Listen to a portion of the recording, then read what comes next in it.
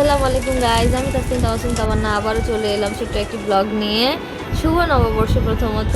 তো এই তো আমরা সবাই প্রিপারেশন করে নিতেছিলাম যে কি কি বানাবো। তো এগুলো আমরা বানিয়েছিলাম ভর্তা, ইলিশ মাছ, আমরা আম মাখাও ভাবছিলাম যে বানাবো, কিন্তু পরে বানানো হয় নাই।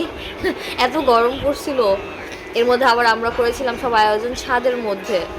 তো এই তো আমরা বাড়তেছিলাম সব খাবার দাবার, সব বাঙালি খাবারের আয়োজন করেছিলাম, বিকজ যেহেতু উৎসবটাই বাঙালির পয়লা বৈশাখ। তো সেই অনুযায়ী খাবারগুলো তৈরি করেছিলাম।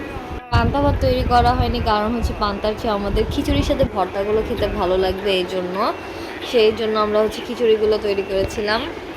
তো এখানে ছিল পটল আর চিংড়ির ভর্তা, শুটকি ভর্তা, ডাল ভর্তা, আলু ভর্তা, ইলিশ মাছ আর মুরগির মাংস, বিকজ অনেকেই ভর্তা লাইক করে না, তো তাদের জন্য মুরগির মাংস রান্না করা হয়েছিল।